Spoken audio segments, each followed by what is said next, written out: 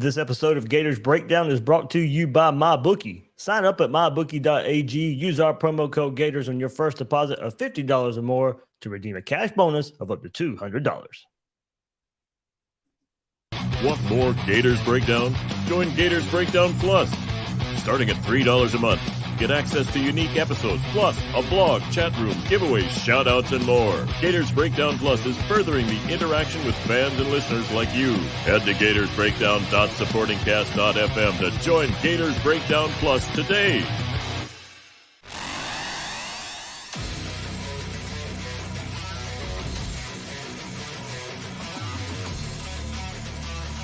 Gators Breakdown, because there's never a dull moment in Gator Nation.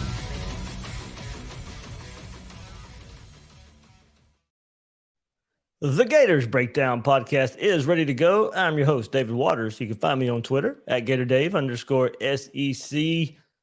Coming at you right here, bringing you all the transfer portal news with my co-host, Will Miles. You can find him at a site, readandreaction.com. YouTube, Read Reaction, and at Will Miles SEC on Twitter. And Will, we got prepped for this episode thinking we had 9. Now we may be talking 10 transfers.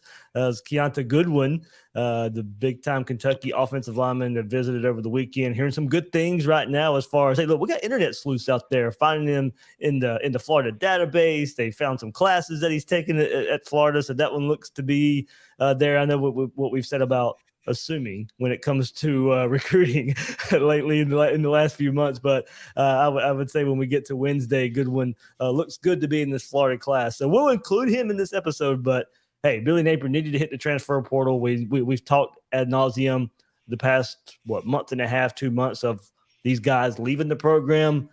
Transfer portal is a way to stack up the roster now. Billy Napier has done it with 9, 10 guys here. Boy, has he ever. I mean, now, I think we were looking there a couple episodes ago. We were looking at all the guys who were leaving going, are we going to be able to field a team? Like, are we going to get to 85 scholarships? And obviously, that was in jest. But, they're getting pretty close at this point. And so We're starting to see the roster fill out.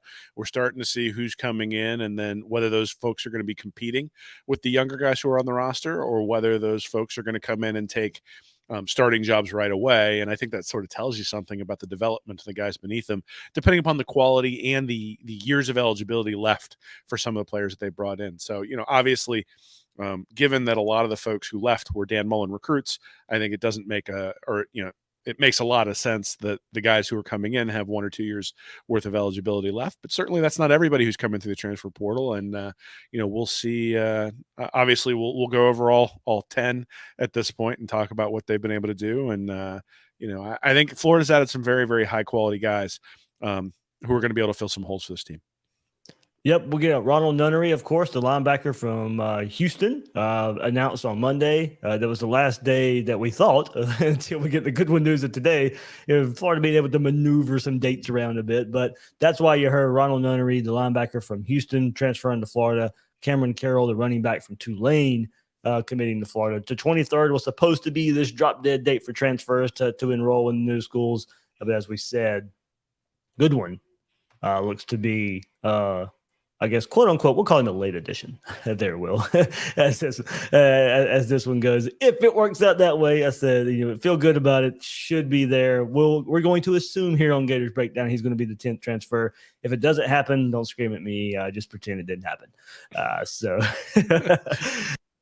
Everybody hit that like button, hit that subscribe button as we're breaking these transfers down right here on Gators Breakdown. Of course, that support goes so much and so long right here on YouTube. Leave a comment right there. I see the comment section live and ready to go. Thank you guys so much for keeping all this interaction going. Your support means a whole lot there. And Gators Breakdown Plus as well. You can get the link in the description, gatorsbreakdown.supportingcast.fm. Most recent episode there is the chat. I gave you guys a preview on YouTube.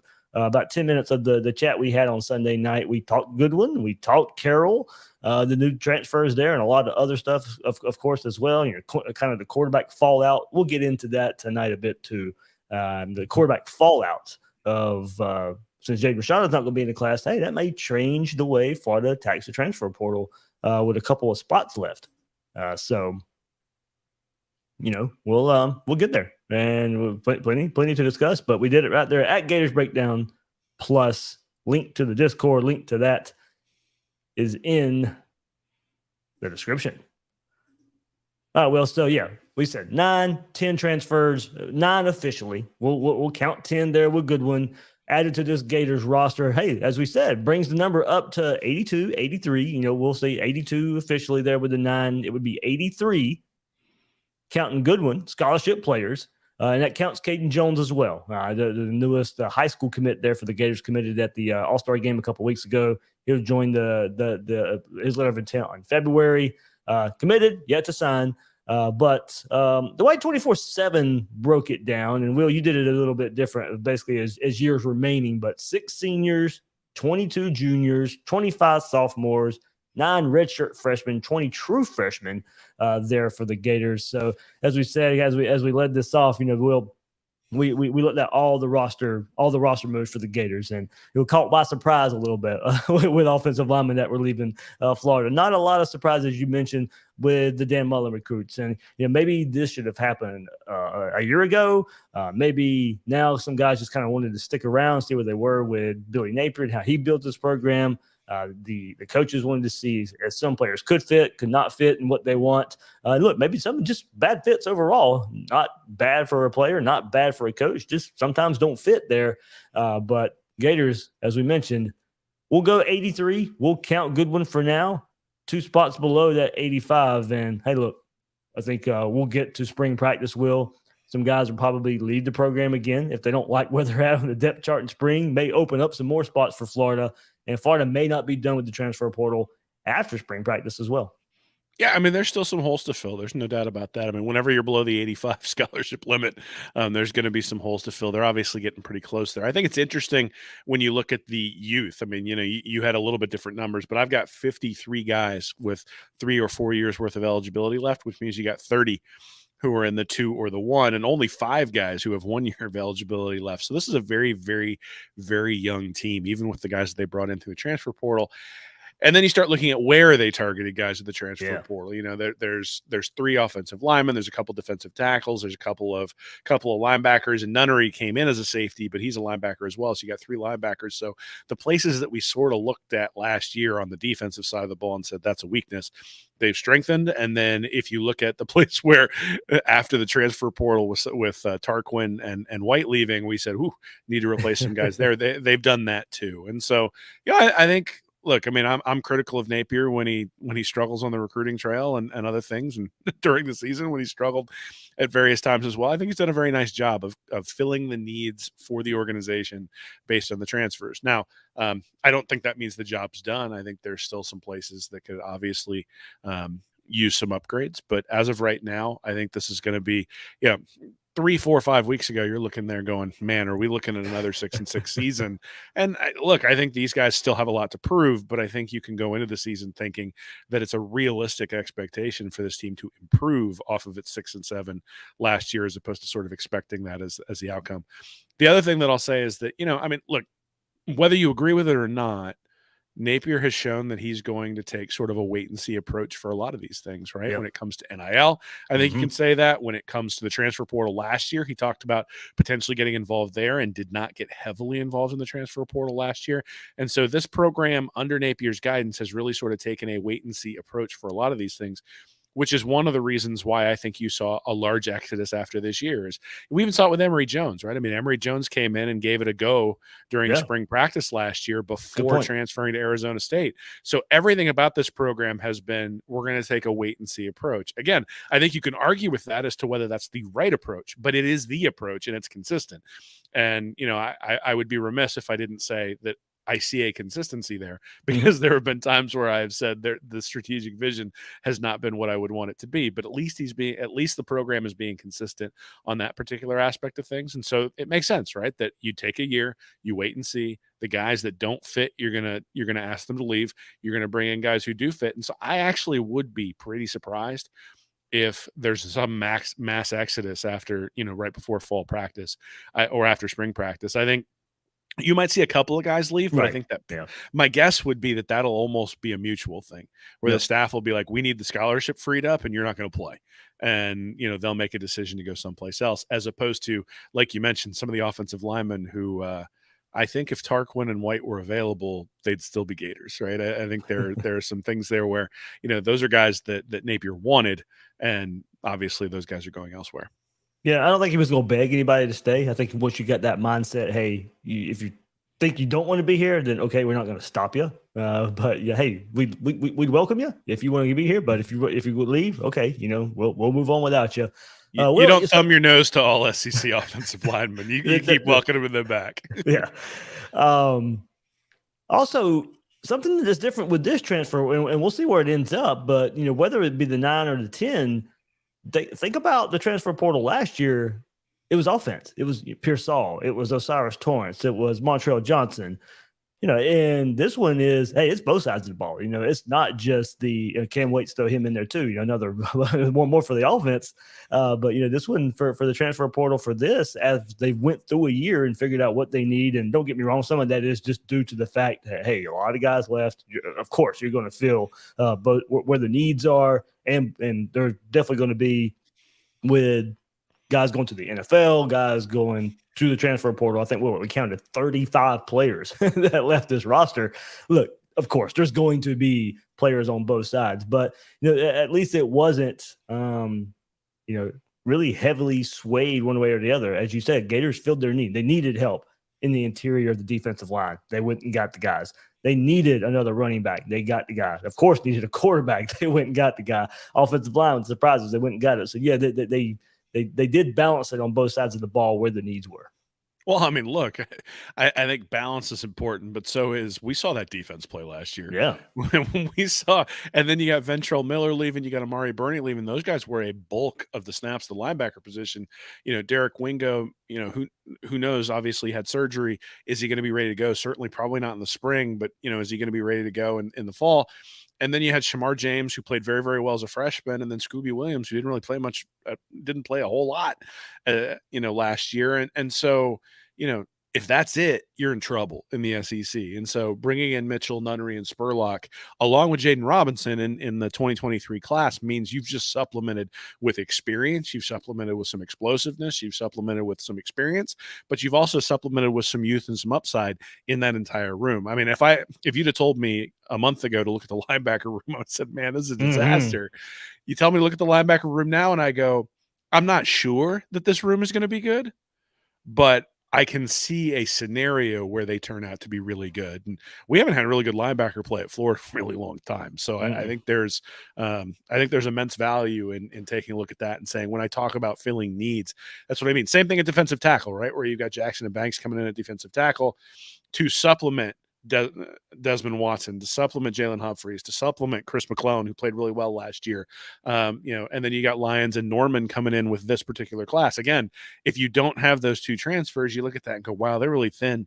And injury, even if they're good, an injury or two in the SEC, and all of a sudden the defensive line's getting gouged again. Now, and there were some stats. I think Bud Davis last year did a really nice analysis, maybe halfway through the season, where he looked at Javon Dexter, and he was like an all SEC player in the first half, and in the second half he just ran out of gas, and was below average in the second half last year. So he was playing way more snaps than a defensive tackle normally plays in really any sort of defense in the SEC. And now you have the opportunity to sort of rotate those guys in there. So look, I mean, Napier and Tony saw what we saw last year too, which was that Florida couldn't stop the run. They couldn't get pressure, and then their secondary couldn't hold up. Now, whether or not the secondary with another year of coaching and with some of the guys that they brought in is going to be able to hold up next year is an open question, but they shouldn't have to hold up nearly as long, because these guys at defensive tackle should be able to hold up against the run. You should be able to get some more pressure. You should be able to have linebackers who can cover running backs in space. And all of a sudden now you're at least bringing out a functional defense, as opposed to one that just is essentially, against any kind of decent offense, is almost guaranteed to give up 40 points. All right. So, Will, you laid it out there, and that's kind of going to be the format that we run through here for Florida. And, hey, let's start at running back and go from the two newest transfers that are announced on Monday officially here. And I'm just going to, leave it and break it out like this. So if you're watching on YouTube, of course, you get the graphics, but we'll look at the transfers and who is leaving the roster and the additions to the transfer portal. Of course, there's additions through the recruiting class as well, but we're just going to count on who's leaving, and just probably part of the reason why Florida had to go get some transfers to fill it in here. So Tulane running back transfer, Cameron Carroll, 1,600 yards in 5 seasons with Tulane, only appeared in more than one game in 3 of those years. He also accounted for 247 yards receiving on 23 catches, another 5 touchdowns through the air. His big year was 2020, Will. Carried the ball 122 times, 741 yards, 12 touchdowns. His by far his best season there with the Green Wave. Averaged 6.1 yards a carry that season. And when I was looking at Will that season, hey, he really excelled on first down. About half of his 122 carries came on first down that season, 62 carries for 482 yards. He averaged 7.8 yards a carry on first down in 2020, and 7 of the 12 touchdowns in 2020 came on first down as well. So for a first down weapon there for Tulane in 2020. And Will, this one was big for me. I know a lot of people were wondering what Florida would do at running back, if they would do anything at running back. And think about it. Think about how hard of a sell this is for this staff when we saw Montrell Johnson and Trevor Etienne run up and down the field last year for Florida. And you got to go sell somebody, hey, we need another body. We need depth. But you know what? You got to go compete with Montrell Johnson. You got to compete with Trevor Etienne. They're used to this offense. They've been in this offense. Hey, we signed Trayon Webb as well. And we proved last year with Trevor Etienne, we're going to play some freshman running backs. So Trayon Webb's going to get in the mix. He'll be in the spring as well. He's an early enrollee for Florida. But, it wasn't going to be easy for this staff to go sell a running back with any type of production and any value to come to Florida and go sit behind Montrell Johnson or Trevor Etienne, or at least compete with those guys. And they got somebody who's got a pretty good bit of production. Yeah, lower level at the group of 5 level, but Tulane, pretty good team. Now, Carroll didn't play this past year. He was injured early in the season for Tulane, so didn't play in this magical season there for the Green Wave, but does have a lot of numbers to his name.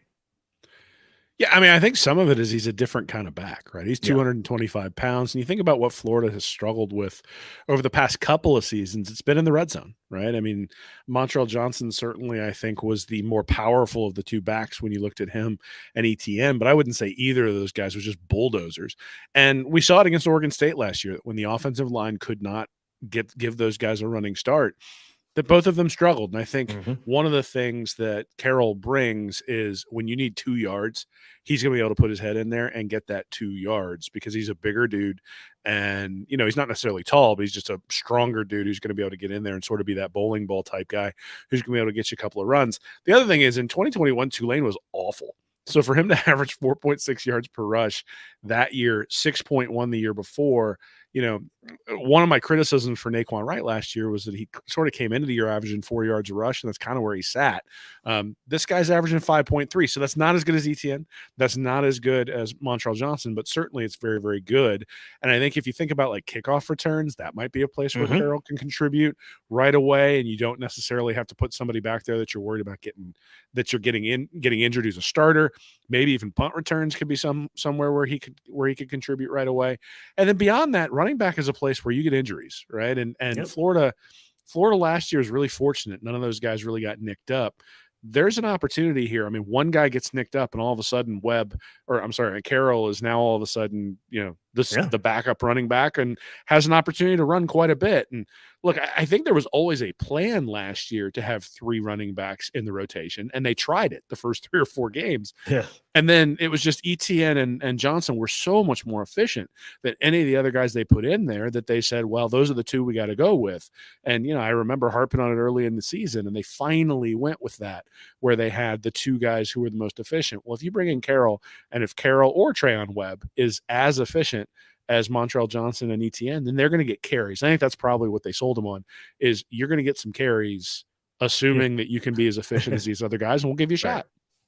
Yeah, I agree with that too. So, Cameron Carroll there from Tulane, running back addition for the Gators, needed that body, needed 4 running backs, and now you don't have to go through spring and, hey, with only 3 backs. Of course, there's be walk-ons involved as well, but now you got 4 running backs that you're going to be able to count on in the fall, taking part in spring practice. All right, let's move to Will. Here's a big one, numbers wise. Besides, two of them, linebacker and offensive line. We'll go there with linebacker because we're going to go to Manny Nunnery here. On Monday with the Tulane running back Cameron Carroll, they announced on Monday that they were going to be part of this transfer class. Nunnery comes in mid-year enrollee as well and adds Florida as a third linebacker. Is the third linebacker in this class for Florida, in addition to Taraja Mitchell from Ohio State, Deuce Spurlock from Michigan. In his 4 years at Houston, Nunnery took part in 25 games, 81 total tackles, 48 solo, 8 tackles for loss, 3.5 sacks, 1 forced fumble. This past season in 2022, 46 tackles, 3 tackles for a loss, and a sack. And according to Blake Alderman for Swamp 24/7, they see him, the staff sees Nunnery here as a will linebacker. So career high 10 tackles against Rice, 8 tackles in Houston's bowl game against Louisiana. And look, of course, he'll be competing for some time on the current roster. Derek Wingo, Shamar James, Scooby Williams to go along with Taraja Mitchell, Deuce Spurlock. Spurlock more probably the developmental type. Mitchell hasn't played. You got to see if he can knock off some rust. But had a pretty good 2021 season till not getting some time. We went over that. We went over all these transfers up until the last couple of days. So if you want some more information, you can go singly and single those guys out on past episodes of Gators Breakdown.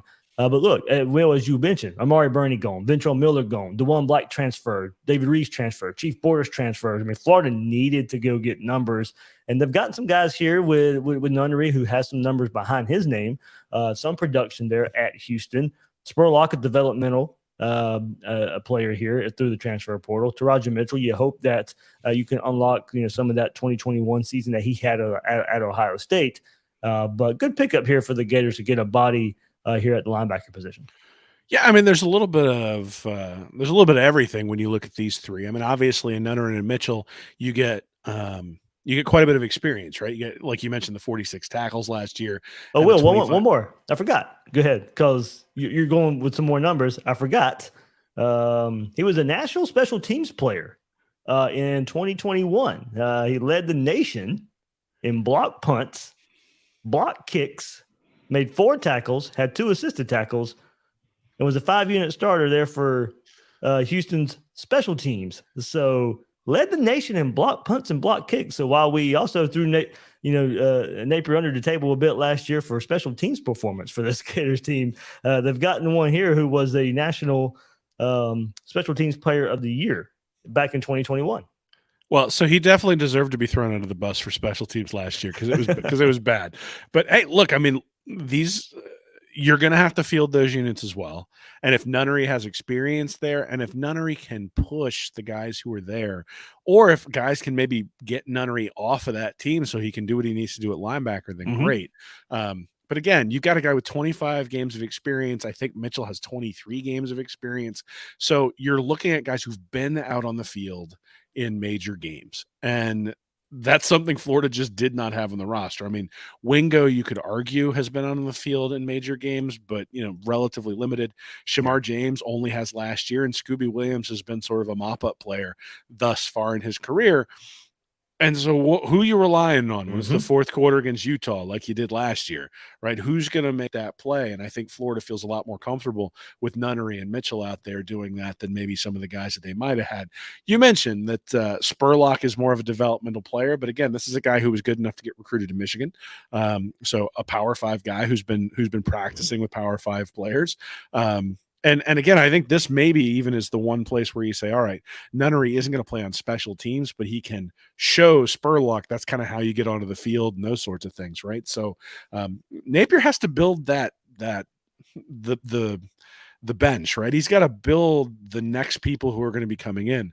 And so a guy like Spurlock fills out that linebacker room to where now it's a whole lot more balanced. I mean, you look at it, you've got Mitchell with 1 year of eligibility, Wingo with 2, James and Williams with 3, and Spurlock and Robinson with 4, which means if you sign 2 linebackers in the 2024 class, now you've sort of gotten to that place where you filled all of those different spots. They're still a little bit thin when you think about, only having 2 guys with, in Mitchell and Wingo, who you would consider upperclassmen, but the room's a lot more, a lot more comprehensive now with Nunnery and Mitchell specifically in there. But again, I think Spurlock's a good addition to push guys like Jaden Robinson and Scooby Williams. Absolutely, yeah. As you said, so competition. That's going to be, I think, the best thing for this linebacker group. There's going to be a lot of competition now. It's just they got those bodies there. There's some competition to hopefully push those guys to be better players and take over for Ventrell Miller and Amari Burney. So, all right, we'll get into the other positions right here on this episode of Gators Breakdown. But of course, man, the NFL playoff action still going on. Conference championship weekend this weekend as we get ready for the Super Bowl. So whether you bet to earn or make games more exciting, MyBookie gives you the most for your money with the redesigned deposit bonus. Just use our promo code Gators on a deposit of $50 or more to receive a cash bonus instantly to your MyBookie account. Using this bonus is simple. Bet your deposit amount just once and you're ready to cash out. It's no strings attached with MyBookie. Bet on the NFL, all the conference championship games, AFC, NFC coming up this week. Hey, get ready for the Super Bowl as well. MyBookie's going to have you covered there as well. Or play for a share of big cash prizes in the weekly online blackjack tournaments. With so many brands and sports to choose from, you need a platform that makes it simple to bet and win like MyBookie. Bet anything, anytime, anywhere with MyBookie. All right, well, let's go to, offensive line, because that's where we're going to go, because Kenyatta Goodwin, of course, looking to be that 10th transfer for the Gators in this transfer portal class. Look for that on Wednesday. We'll see if we get some word there on Wednesday, but mass exodus will with this position group, and Florida goes and gets 3 offensive linemen. But let's go to Goodwin here and why this one was so big to talk about and kind of lead in. I wanted to make sure I didn't leave him out. Because we're recording here on Tuesday night, it'd be kind of in limbo of weather. So I'm going to assume he's in the class. As I said, scream at me if you want after the fact if he's not. But we're going to discuss him here, and was only at Kentucky for 1 season. Committed to Kentucky as the 38th ranked prospect in the class of 2022. So on the verge of 5-star status was Goodwin on the 2022 24/7 Sports Composite. From Indiana, 6'8", 351 pounder that's what Kentucky had on him as far as weight goes. I'm hearing he's 360 now, Will. They want that weight down to about 330, 320. But he did choose the Wildcats over Alabama, Michigan State, Georgia, Texas A&M. And look, Kentucky been developing offensive linemen for the past few seasons. So going back and reading up on him on the 24/7 Kentucky site, there was this thought from that side of it that he could come in right away and start at left tackle for them, but that never materialized. He saw some offensive line snaps at the end of blowout wins over Miami of Ohio and Youngstown State, but most of his playing time came as a blocker on special teams. He did play in 11 games as a true freshman. So, of course, that red shirt didn't happen his freshman year. So, of course, the question comes up, why leave Kentucky after 1 season? Why couldn't he get on the field more for a high-profile offensive lineman, for an offensive line at Kentucky that was struggling this past year for the first time in quite some time? So, of course, all those are valid questions. And the thought from the Kentucky side seemed to be from him leaving is not a surprise, and that he wasn't putting in the necessary work there in Lexington. Once again, it's not my thoughts. I went through and read the comments of the message boards with the story that they had when he put his name in the transfer portal. That's from the Kentucky side of why he left after 1 season. So now if you're Florida, of course, whether that's the case or not, you hope to unlock that recruiting potential that we detailed there. I'm sure Florida, Napier, Sale, Stapleton did their homework, had conversations about what happened at Kentucky. I mean, just a year ago, this was one of the best offensive linemen coming into college football. And Alan Trieu of 24/7 gave the scouting report, physical specimen who has done a fantastic job reshaping his body. At that same time, he's worked on explosiveness, and that training has gotten him moving very well at his size. plays with physicality and intensity, finishes his blocks, coordinated enough on his feet to drive defenders and stay balanced, shows he can get out of his stance quickly in pass protection, still refining technique with his hands and a punch, but has all the qualities to be a true blindside protector at the next level. Has tremendous upside and willingness to work on his body is a good sign, and he needs to continue to make sure his weight is manageable because he's naturally a massive person. Has the potential to be a franchise type of left tackle. There is some rawness here, but his trajectory has gone upward. So that is the detail on one Kiana Goodwin. The transfer from Kentucky. Look for him, hopefully, to be part of this transfer class for the Gators and add it to Damian George and Micah Mazuka for the transfer portal for the Gators in this 2023 class. Yeah, it's really interesting because Florida has sort of gone with a sure thing when it comes to Mazuka. I mean, he's somebody we've talked about before, but essentially was maybe the second best guard in the country behind Osiris Torrance. So you just sort of figure you plug him in at left guard, not right guard, but still you plug him in as essentially you've now replaced Torrance.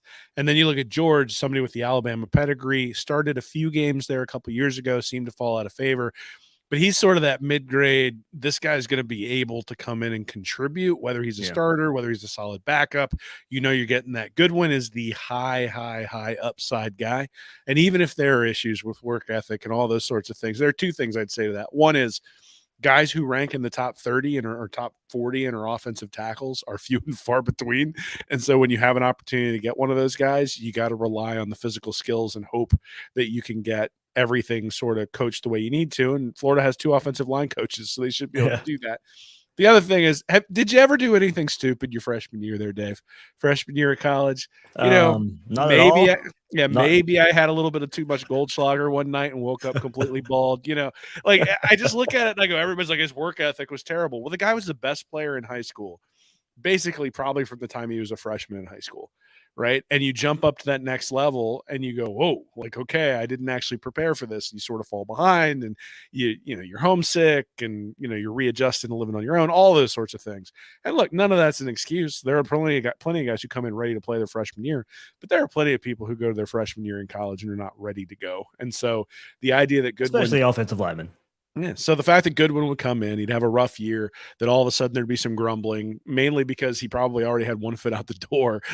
The way the transfer portal's been working and the way NIL has been working, I'm sure that there were back channel conversations between all these players who were in the transfer portal who might have had a home someplace else. And so Florida just got an opportunity, assuming that Goodwin commits and comes into the program. Florida has an opportunity for a guy who can be an elite left tackle, a franchise left tackle.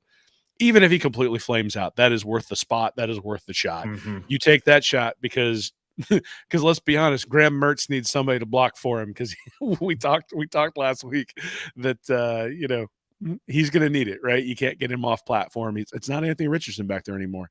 You're going to need guys who can protect him, and Goodwin brings that potential. Yeah, so add that to, as you said, Mazuka, instant plug and play. He's going to be the one absolutely on the field as a starter. And what does left to right look like now? Barber there at left tackle, Mazuka there at left guard, Kingsley at center. Now, if Goodwin can come and play right away, is he your right tackle and that slides George inside to right guard, since he has, a detailed last week, he has that experience of playing guard and tackle at Alabama.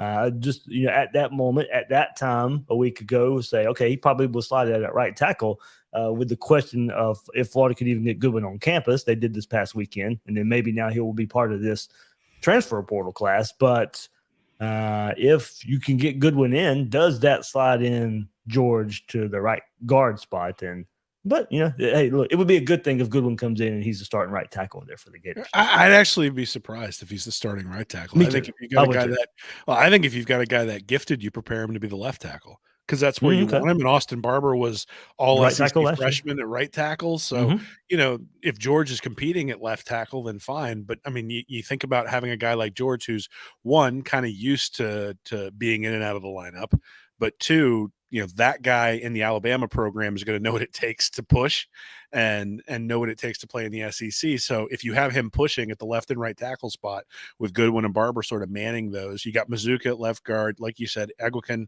at center, and now you got that right guard spot, which, hey, maybe George slides inside. Maybe you end up with a guy like, guys like Farmer or even Kearney coming in early on and Yeah. competing for that spot. This is where the Cam Waits injury really does hurt. Like Yep, that I meant was to one bring of those, that up too. Yep. that was one of those things where it's like that was a guy you penciled in. Just about all of Billy Napier's transfers from last year turned out to be very, very good players. The only one we hadn't seen was Waits, and Waits obviously played right guard.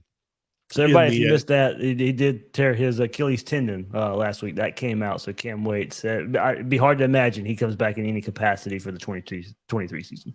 And you hope he doesn't. I mean, that's one of those injuries that can be a career burner, and you want to make sure that he's well taken care of, and that he doesn't rush back, and that when he does come back, he's ready to go.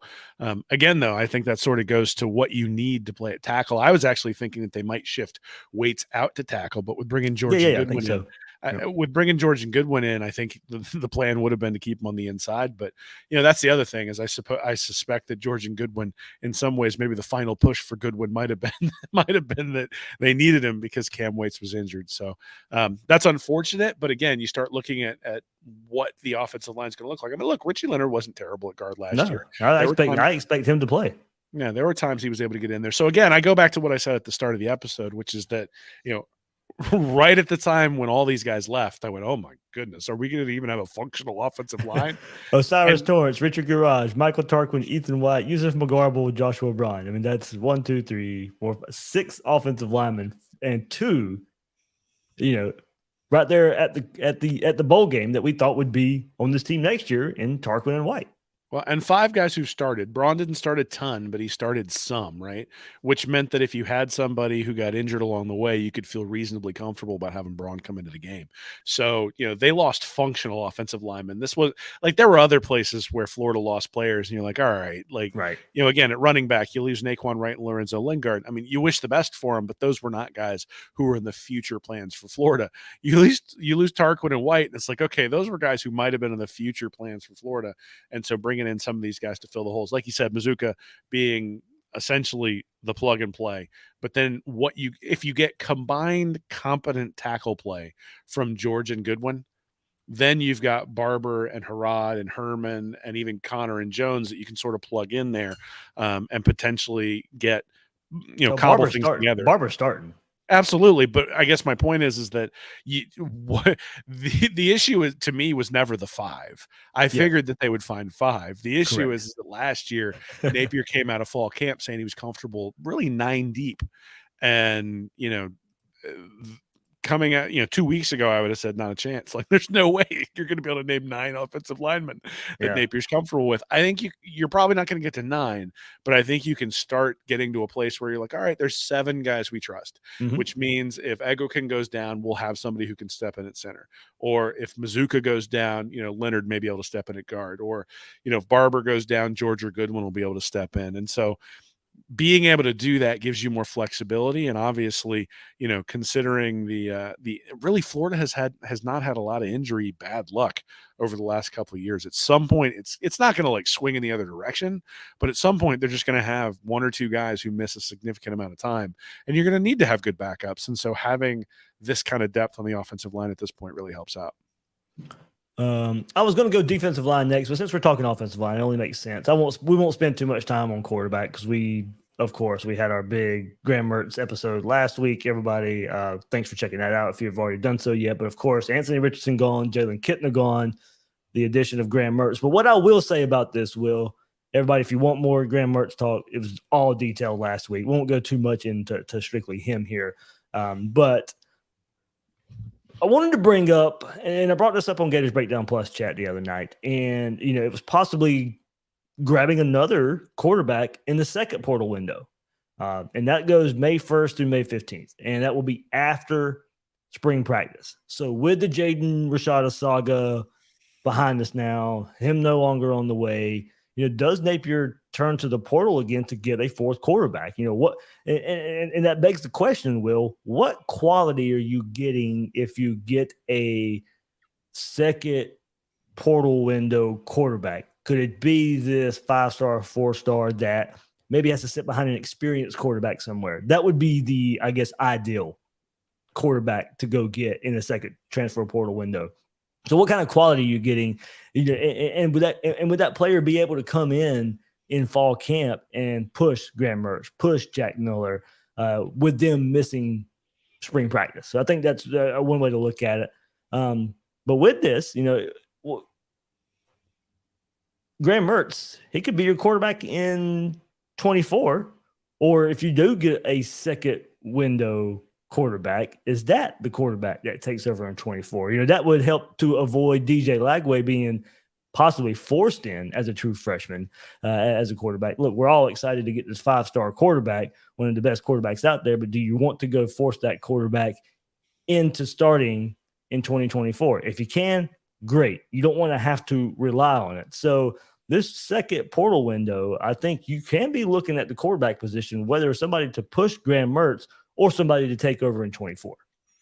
Yeah, I mean, I think you have to look at the situation, individual by individual. So, a few years ago, had the portal existed and Dwayne Haskins beats out Joe Burrow transferring after spring practice would have been a perfectly legitimate guy to go after, right? Like, that's a guy where you're like, and look, I mean, there were reasons to think that Burrow was going to be fantastic, but even I, who was like singing his praises, didn't think he was going to be that good.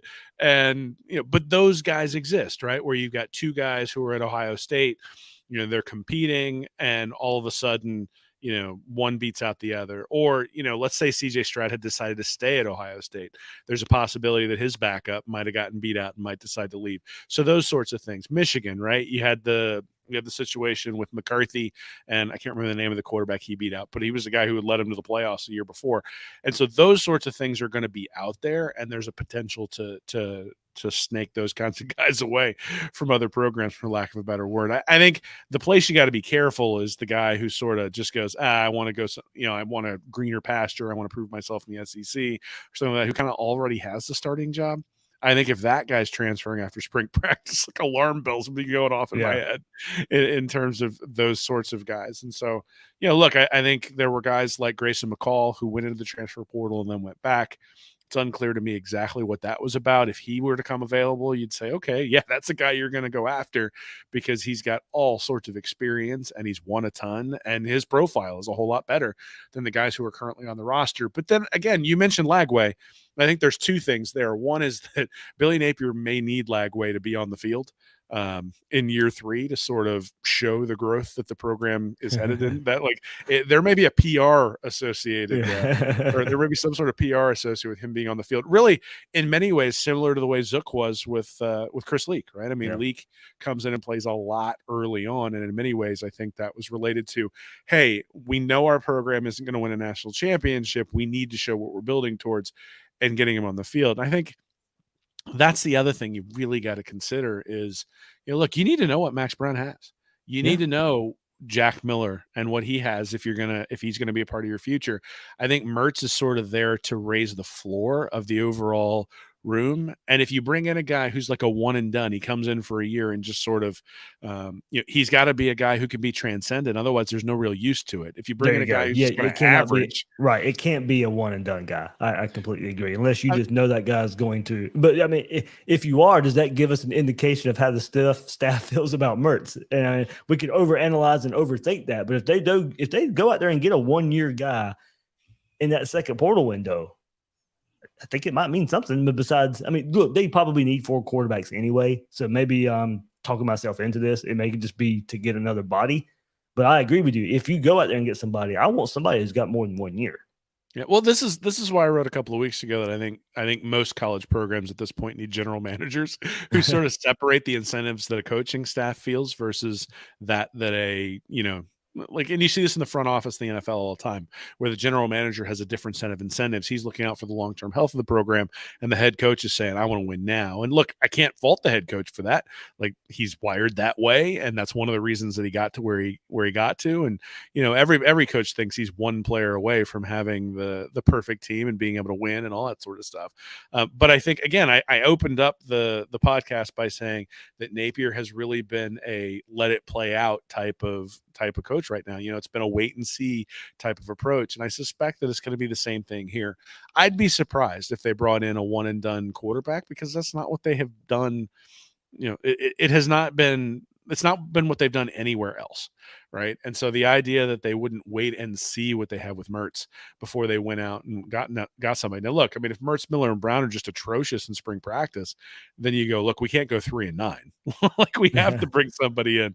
And so I think in many ways, if they bring in a one and done, it's we realize we need a Band-Aid because these three guys are backup quarterbacks, and we better make sure we have somebody who raises the overall floor. If they bring in a guy who's got 2 or 3 years worth of eligibility left, then that's the guy who's a bridge to Lagway.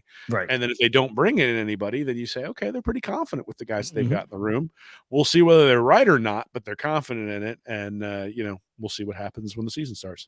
Believe me, we can absolutely overanalyze the action. If they bring somebody in and it's a one-year guy, okay, maybe they're not satisfied with who they have and they want somebody to come push these guys.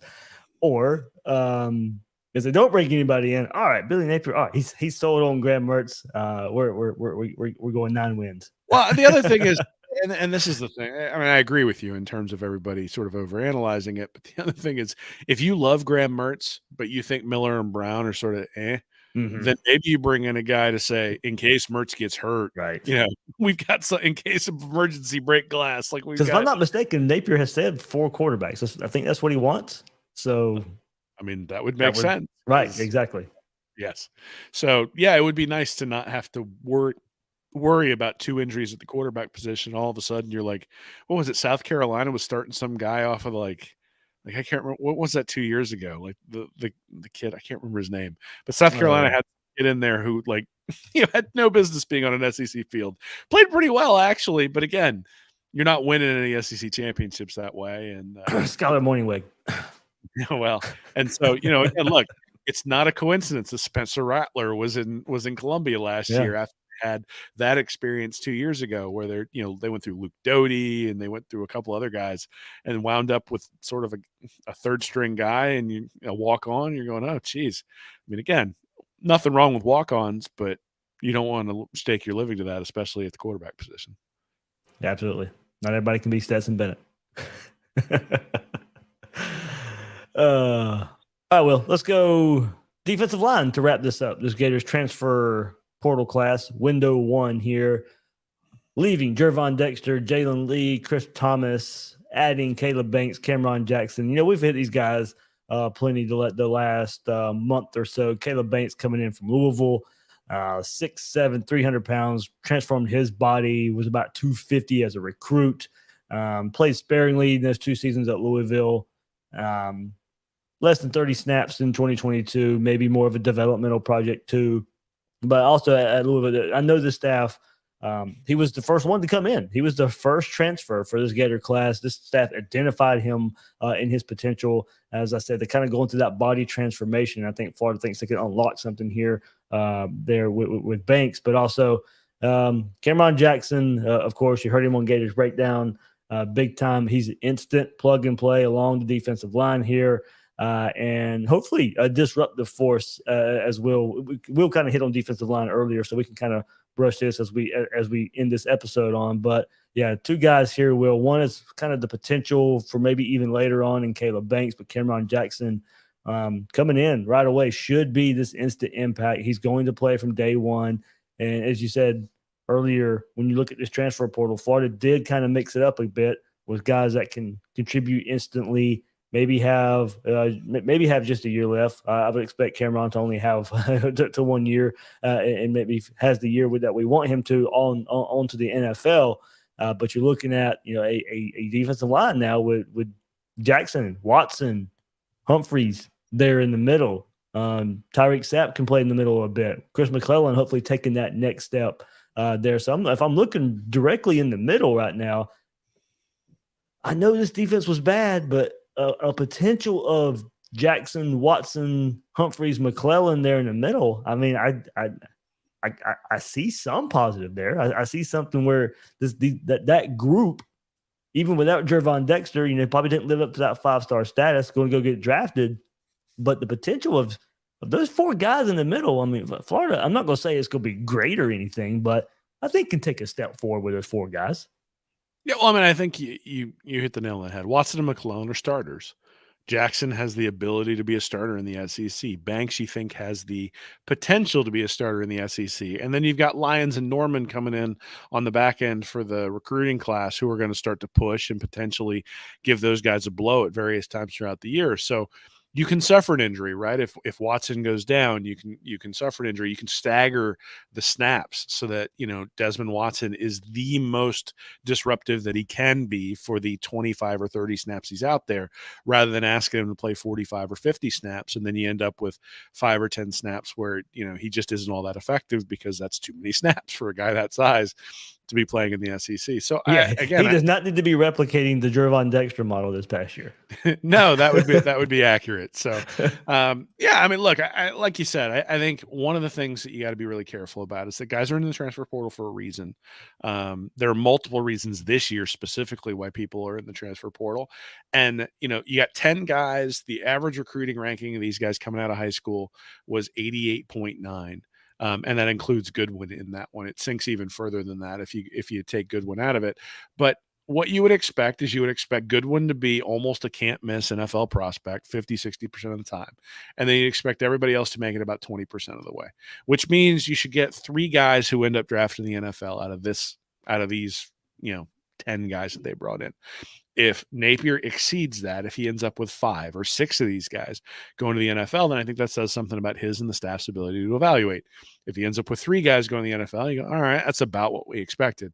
I'm not looking to this transfer portal addition. I'm not looking at these guys as being like the game changers who change everything for the program. I think that's going to be done through high school recruiting.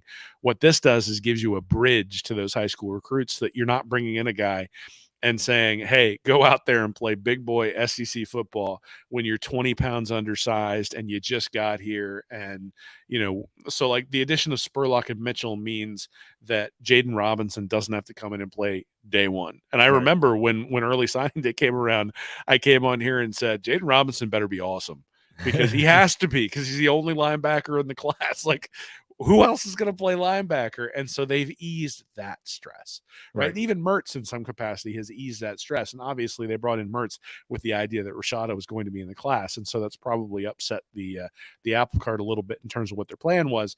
But even Mertz, let's say they thought that Max Brown was going to be an awesome backup. Well, Mertz is giving you the ability to sort of bring him along, as opposed to throwing him in there as a redshirt freshman, never having a snap, and say, hey, go play out in Utah.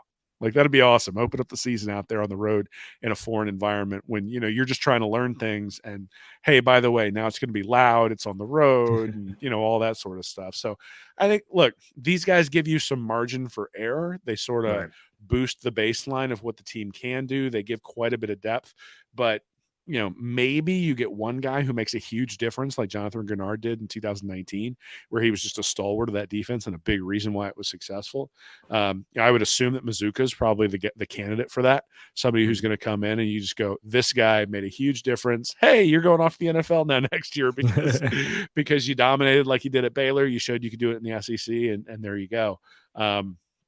But I don't think you can expect that from everybody. I think what you need to expect is solid play from a bunch of these guys, 3 or 4 of them making it into the pros, and just sort of bridging that gap, because we've had so many people leave over the last couple of months that you had to fill those gaps. But it's really going to be the young guys who come in, and do they take steps up? So honestly, if I'm evaluating the 2023 year, I think the biggest thing I'm going to look for is how many of Florida's players are on the all SEC freshman team.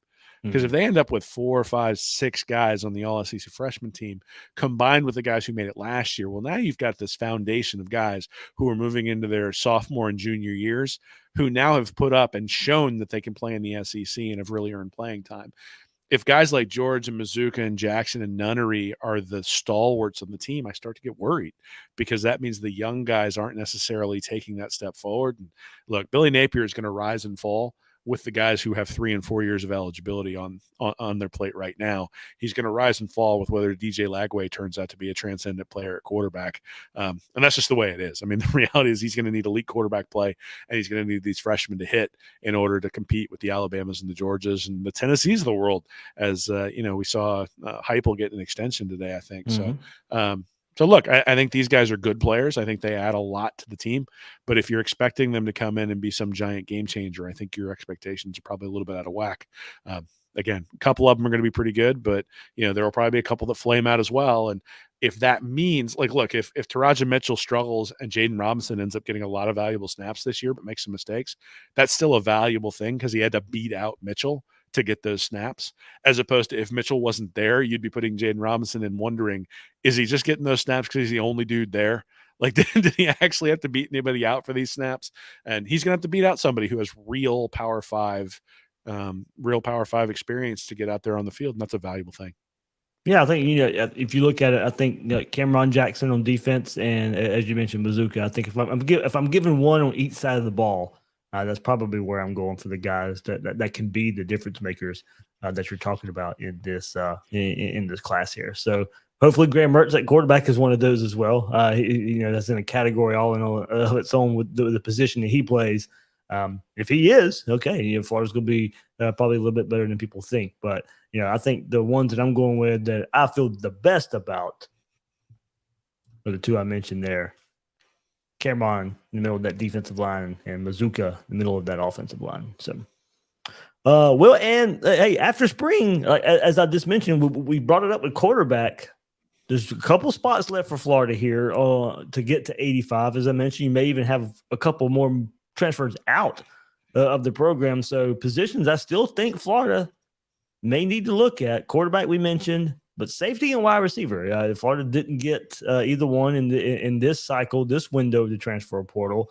And Torrance gone on the back end, Trey Dean gone on the back end there. So what does Florida do at safety with Darius Perkins, probably Dakota Mitchell, Kamari Wilson, Miguel Mitchell? You brought in a lot of DBs in this freshman class. You don't want to have to rely on if you don't have to. So I think Florida going and grabbing a safety in the transfer portal should be probably a position they look for in the second window, and maybe another wide receiver as well.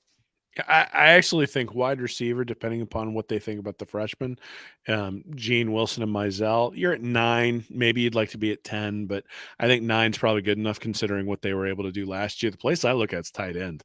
I mean, you got Xanders and Zipper. A difference maker, yeah.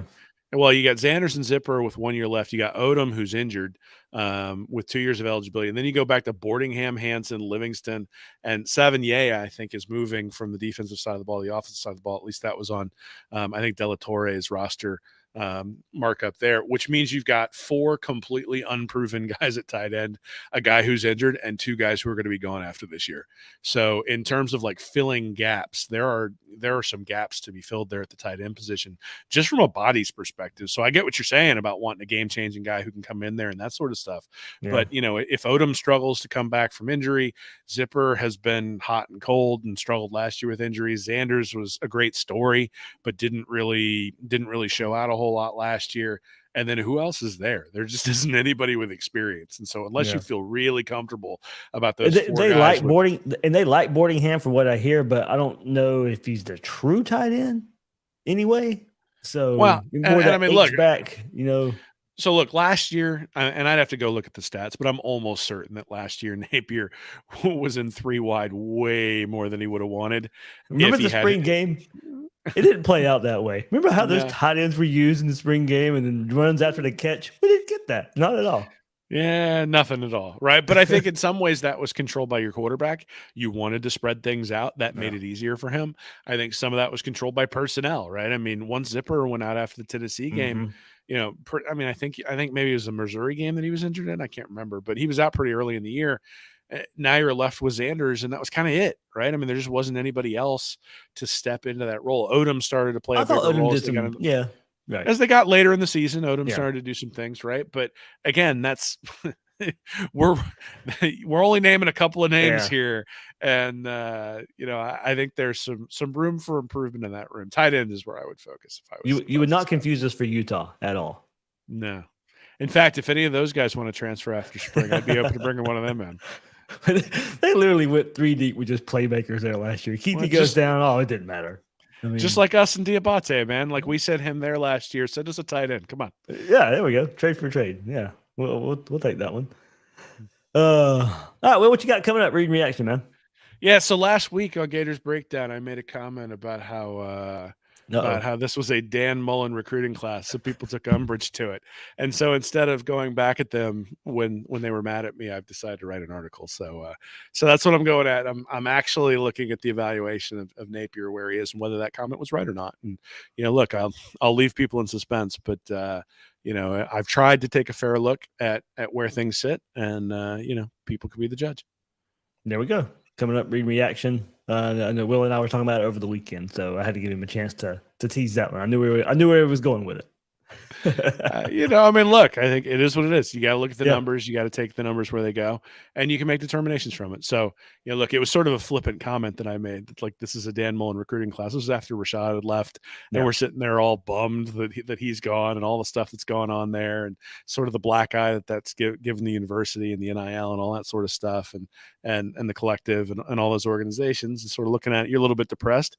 Make a statement. Is it hyperbole or is it true? And that's sort of what I'm trying to answer is, was I being hyperbolic unintentionally just because I was depressed, or is it actually true? And we'll see.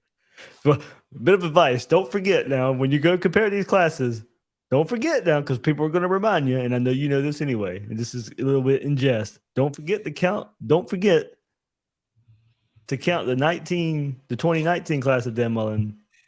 Don't forget now about those guys that didn't make it in. Because you're not going to forget that. They're not going to let you forget that. Oh, don't worry. That has been taken into consideration. All right. You can find Will's work at readandreaction.com, on YouTube at Read Reaction. Him and Nick Newton there getting you ready for Stand Up and Holler every week. You can find him on Twitter at Will Miles SEC. I'm the host of Gators Breakdown, David Waters. You can find me on Twitter at GatorDave_SEC. Guys and girls out there, thank you for joining us right here on Gators Breakdown.